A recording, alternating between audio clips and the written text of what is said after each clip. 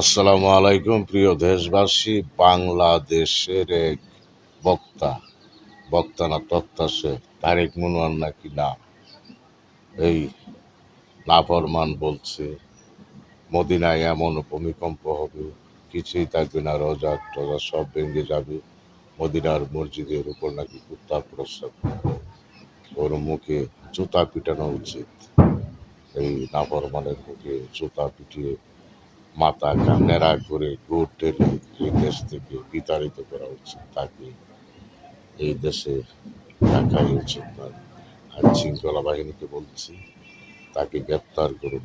এই কথার কারণে সে কেমন করে জানলো এই নাফরমান মদিনাতে ভূমিকম্প হয়ে নবীজির রওজা থাকবে না, পুকুরে প্রস্রাব করে মদিনার মসজিদের উপরে।